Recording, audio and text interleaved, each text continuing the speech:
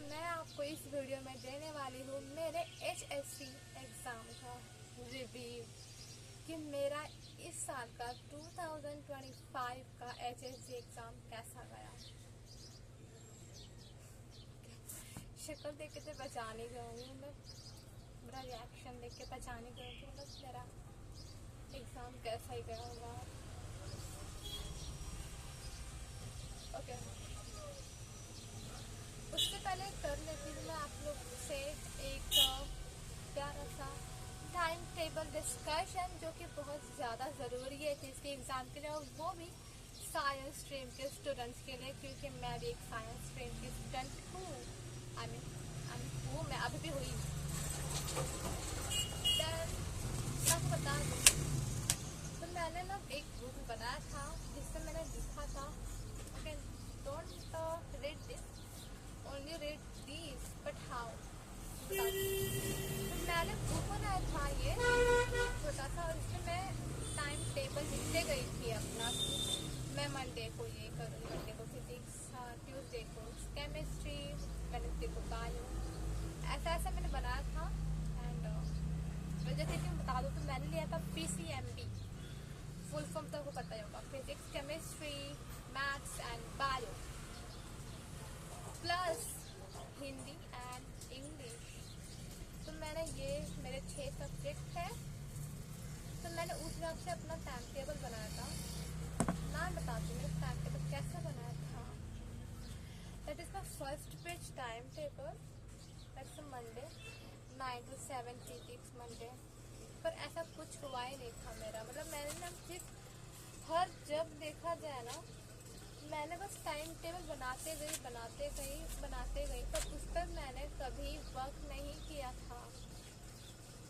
तो उसके बाद जैसे जैसे मेरे एग्ज़ाम के दिन नज़दीक आते गए, मेरी परेशानियाँ और बढ़ती गई।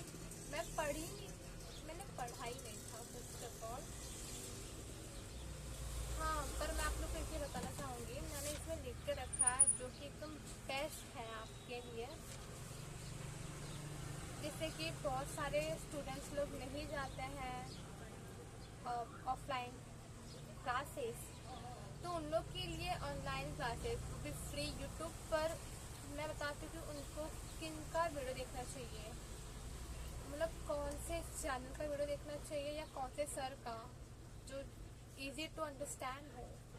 तो मैंने वो एक अच्छे से बना के रखा था, और वो मैंने अपने प्रैक्टिकल के लिए बना के रखा था। जैसे हमारा प्रैक्टिकल एग्ज़ाम होगा 12 का, तो मैंने लिख के रखा। तो बता दूँ, सब्जेक्ट आप लोग लिख के रख लो, ठीक है।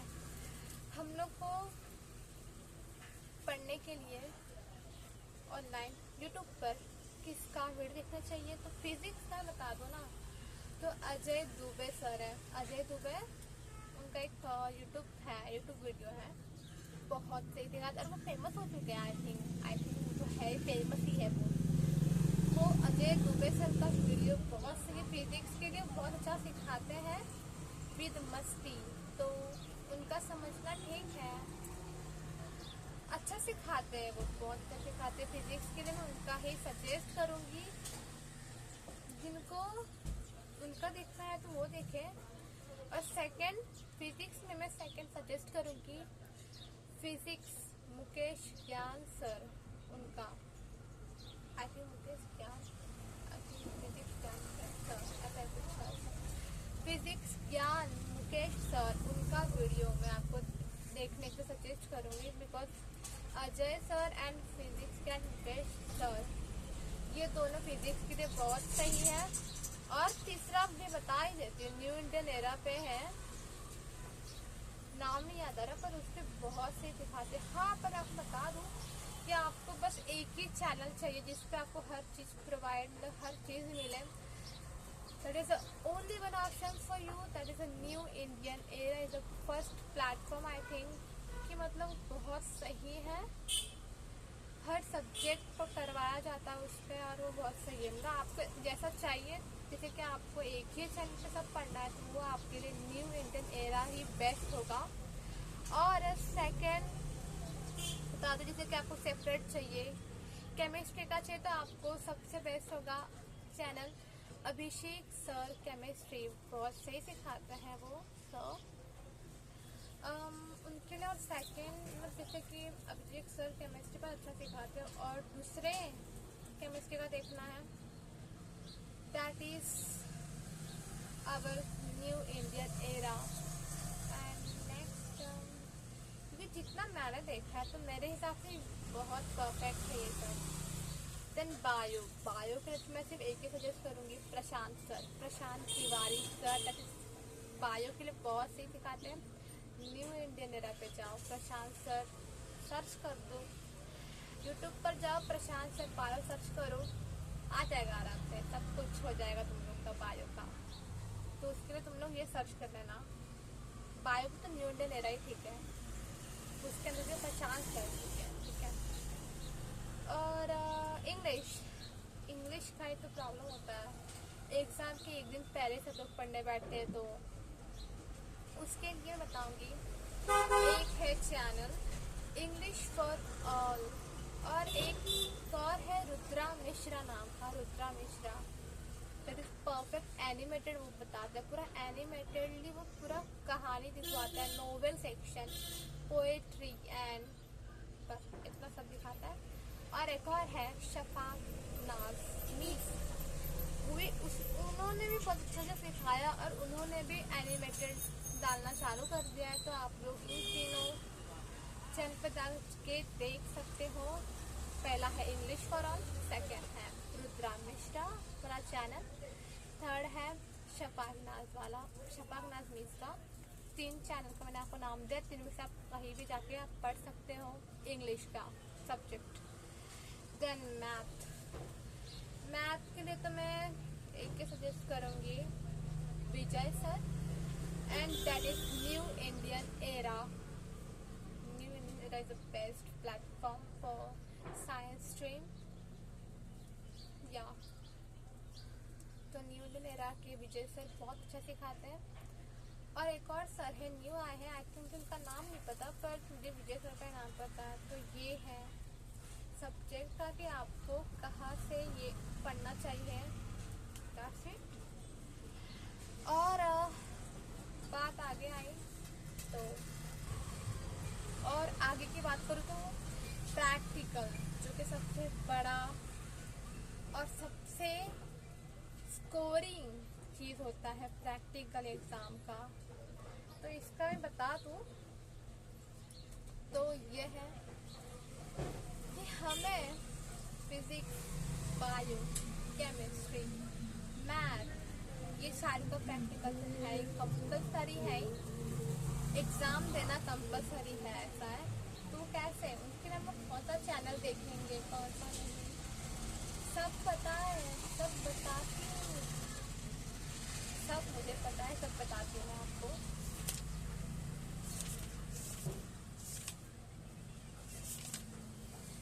तो फिजिक्स के लिए एक ही बहुत परफेक्ट है चैनल, जो कि है A to Z practical, search in YouTube, A to Z practical search करना, ये बहुत सही वीडियो बनाते हैं सर। उन्होंने बायो का भी बनाया है, केमिस्ट्री का बनाया है, फिजिक्स का बनाया, तीनों का उन्होंने बनाया है, ओके। तो वो बहुत सही है।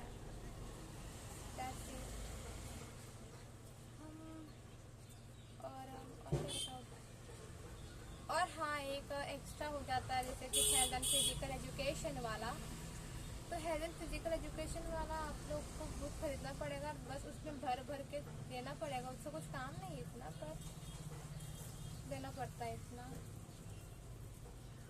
और आई थिंक बहुत लोग बोलेंगे कि हम सिर्फ PCM वाले हैं, तो हमें या मतलब बहुत लोग बोलेंगे हम सिर्फ PCB वाले हैं, तो हमें मैथ का क्यों बता रहे हो, हमने सिर्फ बायो का बताओ। तो मैथ के बदले आप लोगे CS, और क्या लोगे, CS नहीं लोगे ना, सॉरी, IT लोगे, और दूसरा साइकोलॉजी होता है, नहीं तो ज्योग्राफी होता है। और बहुत लोग कहते हैं कि ज्योग्राफी ओके वॉटेवर, ये तो मुझे नहीं पता क्योंकि मैंने लिया नहीं था। मैंने तो लिया था मैथ, तो मैं बस मैथ से बताने वाली हूँ, बाकी नहीं बता सकती। और मैं आपको दिखाती हूँ कि मैंने बहुत सारी तैयारी किया था, टाइम टेबल मैंने बहुत बनाए थे, एक भी फॉलो नहीं कर रही थी मैं अच्छे से। पर मैंने पता है कैसा एकदम थोड़ा सा जो मेरा हुआ था ना, जैसे कि देखिए ये ना मुझे क्वेश्चन बैंक हुआ था first semester exam and unit test, second semester exam, इन सब का हमें प्रीलिम्स का मिलता है हमें क्वेश्चन बैंक। तो प्रीलिम्स का क्वेश्चन बैंक नहीं मिलता, सॉरी। तो फर्स्ट सेमेस्टर एग्ज़ाम और यूनिट टेस्ट का क्वेश्चन बैंक मिला था।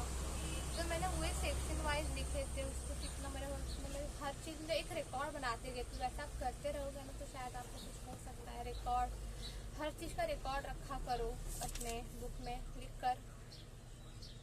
जैसे कि देखो,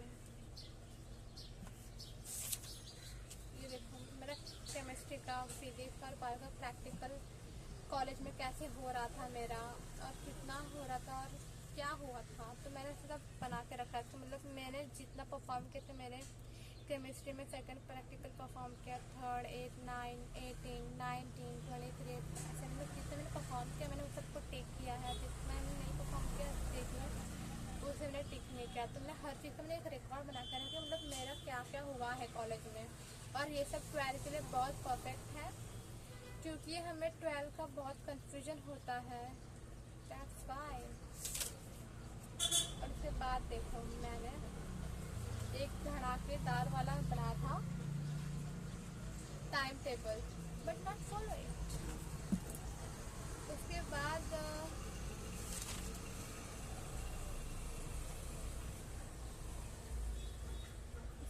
ये क्या है,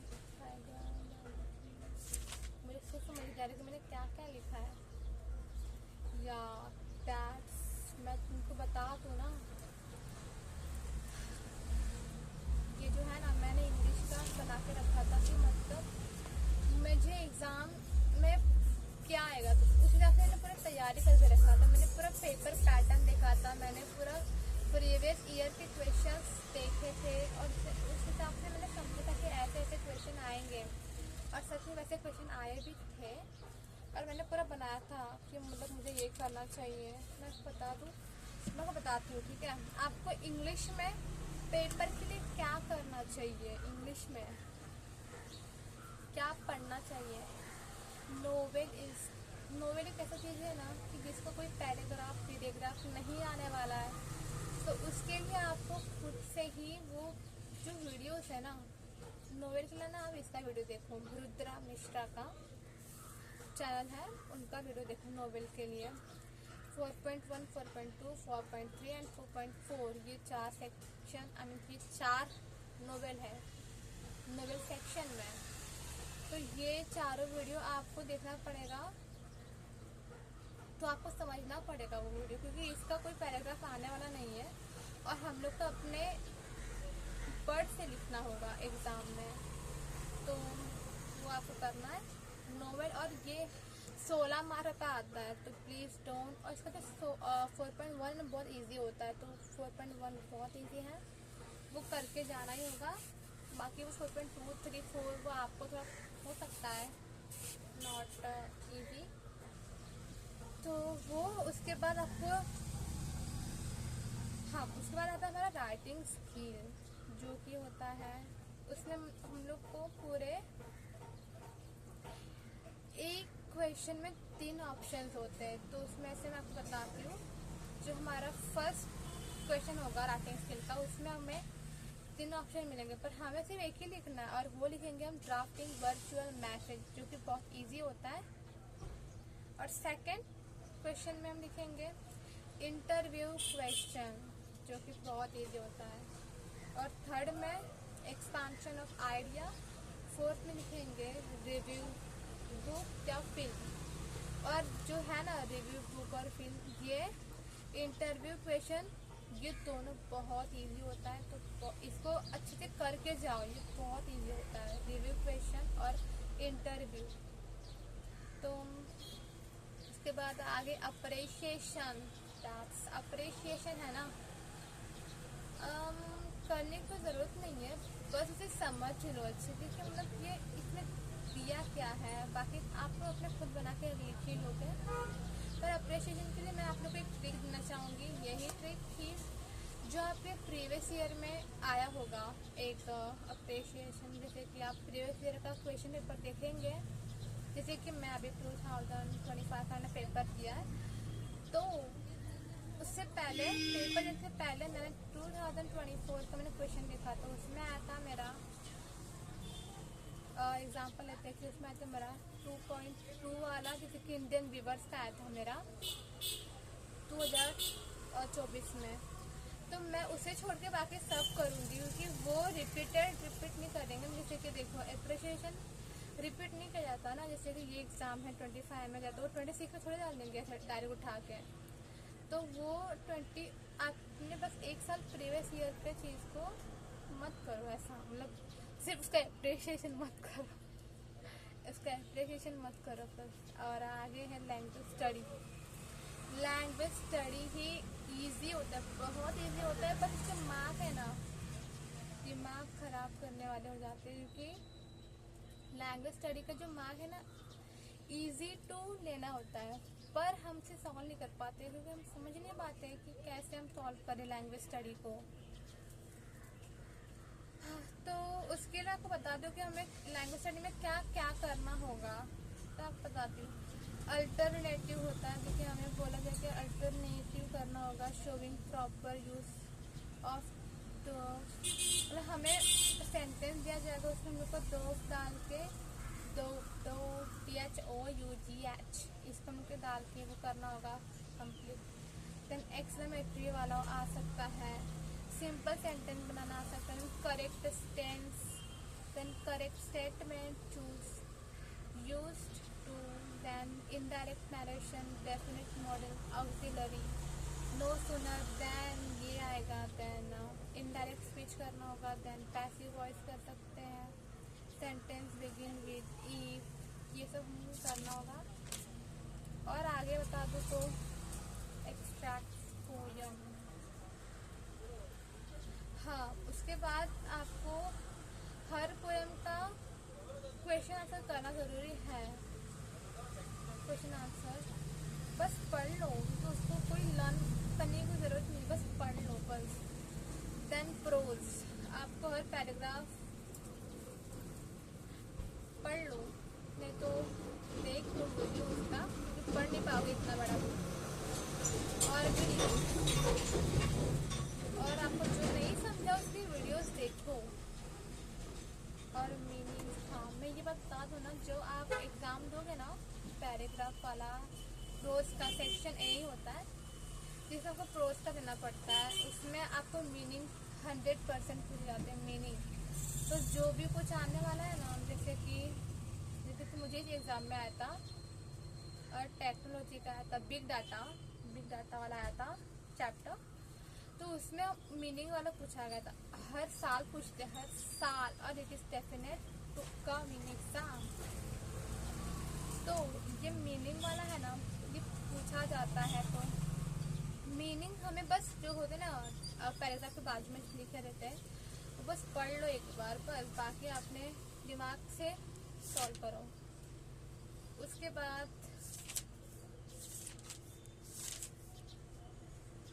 ये देखिए, मैंने कितना पता नहीं आप लोग को, सच में मैंने बहुत सारा टाइम टेबल बना के ऐसे सब छोड़े, उसमें मैंने वर्क नहीं कर पा रही थी अच्छे से, बल्कि ना समझ नहीं आता था, तो मेरा टाइम मैनेजमेंट नहीं हो पा रहा था अच्छे से। दैन ये है मेरा केमिस्ट्री का, ये बायो का, सब बना के रखा है लिखा ऐसे बहुत टाइम मैनेजमेंट करके मैंने किया, पर कभी भी इतना पढ़ाई नहीं हो पाया मेरा। पढ़ाई का नहीं यार, पेपर आए थे, मुझे सच में लग रहा है हल्का हार्ड था, और फिजिक्स का जो पेपर था ना यार, ओके। तो ये मैं बताने वाली हूँ हिंदी के लोगों के लिए, अभी हिंदी का सब्जेक्ट, उसके लिए हमें क्या करना चाहिए। और सच में मेरा हिंदी जो लेने वाला है उसके लिए आपको क्या करना है, काल परिवर्तन कर लो। फर्स्ट ऑफ ऑल काल परिवर्तन ही पता है क्या होता है। आपको एक सेंटेंस दे दिया रहेगा, आपको बोला जाएगा इसमें ये क्या बोलते हैं, वर्तमान काल में परिवर्तन करो, भविष्य काल में परिवर्तन करो, तो उसे कहते हैं काल परिवर्तन। वो आने वाला ही और 100% है वो सब। अलंकार, यमक अलंकार, रूपक अलंकार, और कौन सा अलंकार होता है, उत्प्रेक्षा अलंकार। अलंकार करो 100% आएगा। रस, हास्य रस, रौद्र रस, घृणा रस, देन और भी बहुत सारे 11 रस है, 100% आता है ये। रस करो। मुहावरे, तो मुहावरे आपको जैसे कि एक मुहावरे है पेट में दाढ़ी। इसका मतलब ये होता है कि ज्यादा ही बुद्धिमान मतलब छोटे उम्र में बुद्धिमान हो जाना है, सबसे कहते हैं पेट में दाढ़ी। तो ऐसा हम उससे पहले ये कन्वर्ट करेंगे कि इसका मतलब क्या है। वो जो मुहावरा आएगा उसको हम लोग कन्वर्ट करेंगे कि इसका मतलब क्या है, और ज़्यादा जो मुहावरा है ना उस पर ही हम लोग को बनाना पड़ेगा एक सेंटेंस। जैसे कि मेरे बाजू में रहता है रामू, रामू को पेट में दाढ़ी बचपन से ही आने लग गई है, ऐसा मतलब बचपन से ही बुद्धिमान होने लग गया है। That's it. देन आगे आपको पारिभाषिक शब्दावली ज़रूर करना है। पारिभाषिक शब्दावली होता है ना, ये बहुत इजी है, बस आपको ना करना होगा। ये ना बहुत इजी, इसमें आपको 4 मार्क ऐसे ही मिल जाएंगे, 4 मार्क, बस आपको सिर्फ समझना होगा अच्छे से। पारिभाषिक शब्दावली मतलब कि आपको मिलेंगे इंग्लिश में वर्ड्स और आपको हिंदी में ट्रांसलेट करने होंगे। जैसे कि मुझे इस बार आए थे स्पीड, तो स्पीड को मैंने किया था गति में ट्रांसलेट। देन आया था फ्रिक्शन, तो उसको मैंने किया था घर्षण। देन ऑक्सिलरी मेमोरी, जिसको मैंने किया था क्या कहता याद ही नहीं आ रहा। ऑक्सिलरी मेमोरी का क्या कहता मैंने, मेमोरी को बोलते ना स्मृति। तो आपको ये करना है पारिभाषिक शब्दावली हिंदी में, लास्ट पेज पर आता है लास्ट। एंड देन आपको क्या करना है, मैं आपको बता दूँ सबसे पहली बात, ब्लॉग लेखन जो अपने टेक्स्ट बुक में होगा ना, ब्लॉग लेखन, फीचर लेखन, प्रकाश उत्पन्न करने वाले जीव, मैं उद्घोषक, इनमें से ना कोई भी एक ये आ सकता है पैराग्राफ। तो आपको बस पढ़ना है